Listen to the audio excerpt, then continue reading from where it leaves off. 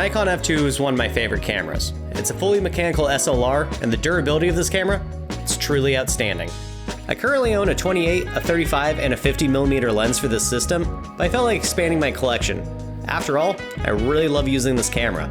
So let's not waste any time. The first newcomer to my collection is a Nikon 14mm f2.8 AFD ED lens. And just to clarify, the ED doesn't stand for what you think it does. Get your mind out of the gutter. Anyways, an ultra-wide lens with limited distortion seemed like a perfect investment. As well, seemed like the perfect lens to start today off with.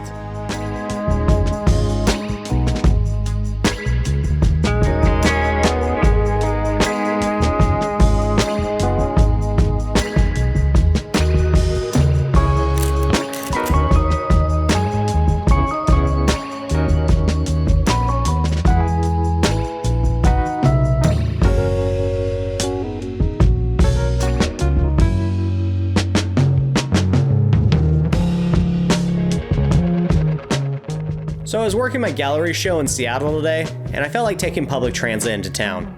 First by taking a foot ferry, then transferring to a fast ferry.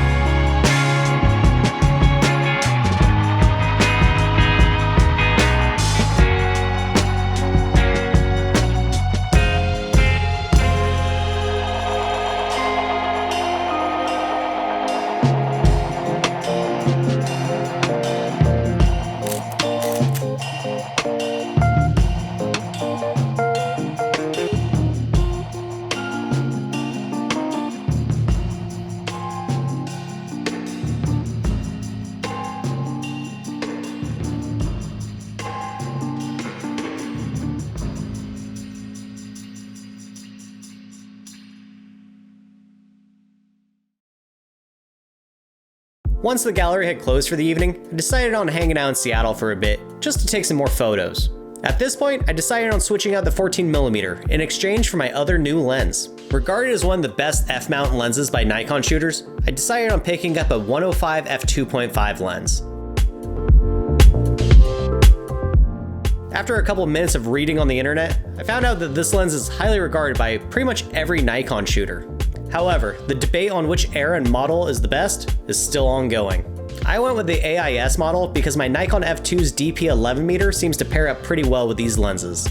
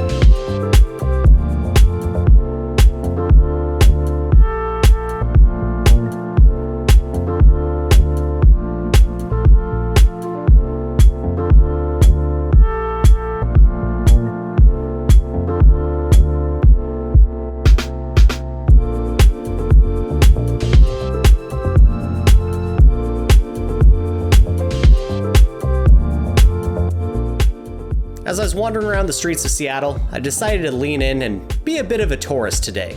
So I had actually never been to the top of Smith Tower, but I've heard that the views from up there were pretty fantastic. As well, I heard their cocktail lounge was pretty nice too. With nothing better to do today, I decided on checking it out.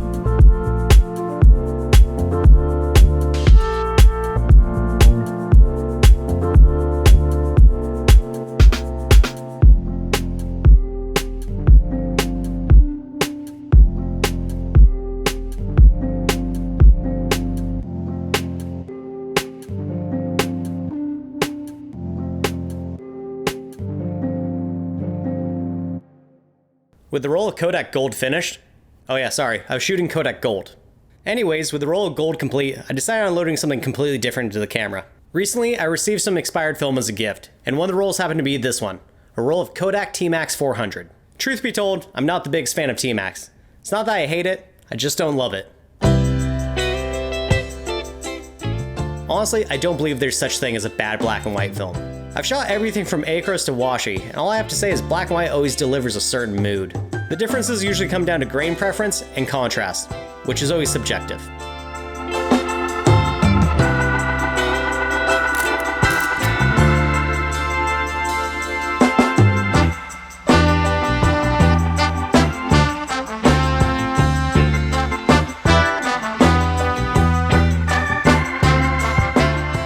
So after sitting down for a bit and enjoying my cocktail, I decided it was best to get back up and do another lap around the tower and take some more photos.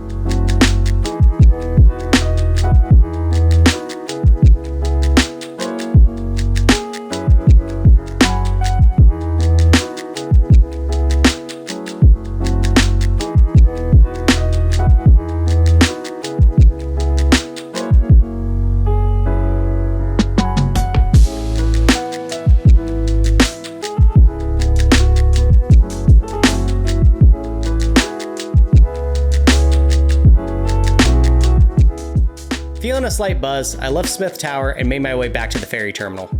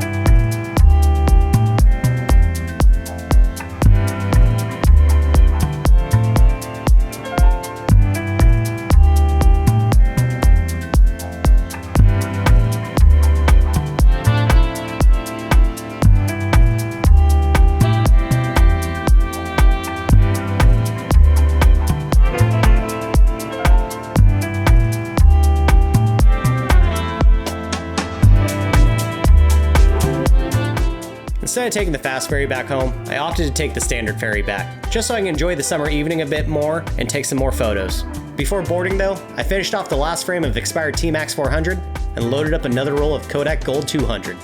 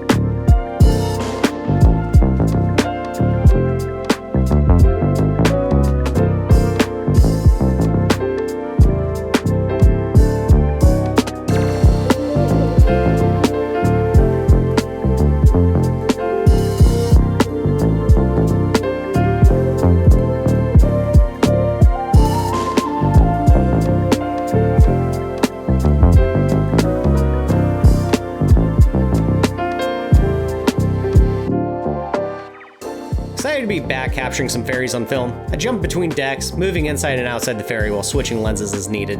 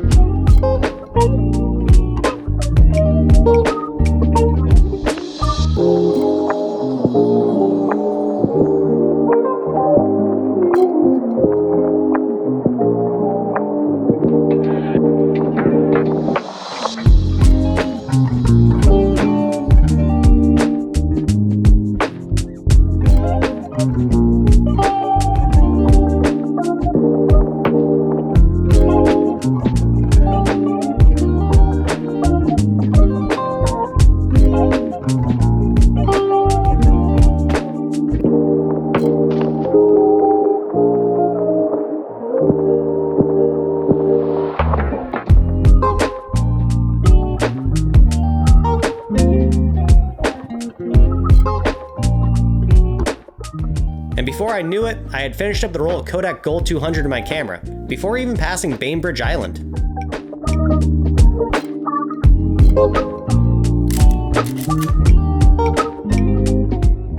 With the light fading fast and no more rolls of film on me, I opted into shooting B-roll from here on out.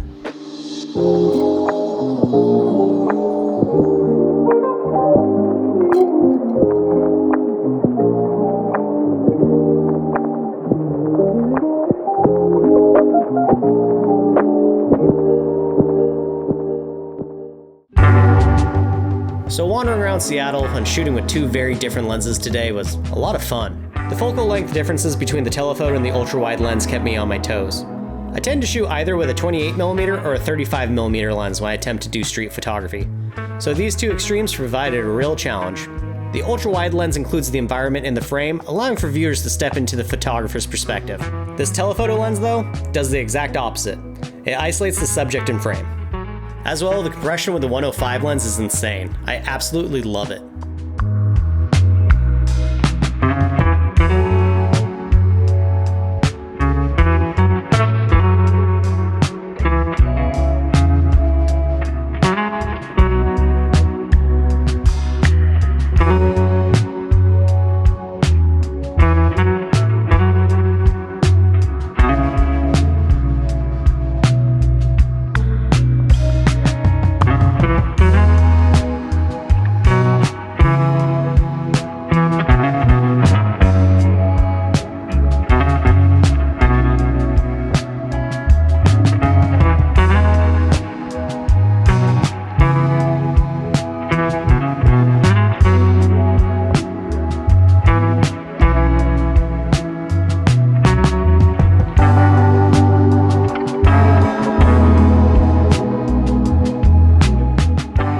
Another perk of this 105 lens is its size. It's only slightly bigger than my 50mm f1.4 lens, so its ability to do more candid style photos from afar is definitely in its wheelhouse. That being said, the 14mm lens really does shine when shooting interiors. Ironically, I thought I would prefer the 14mm lens for landscape photography, but today I definitely preferred the 105.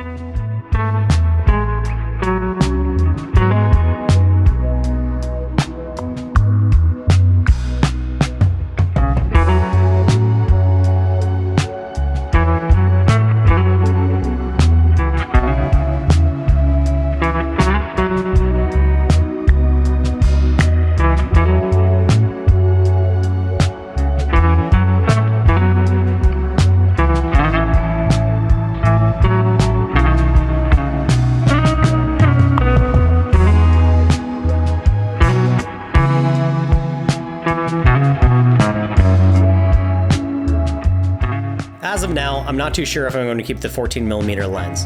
As much fun as it was to shoot this lens, I don't know if it really suits the style of my work. The 105, on the other hand, it's not going anywhere. I feel like I just started my journey with this lens.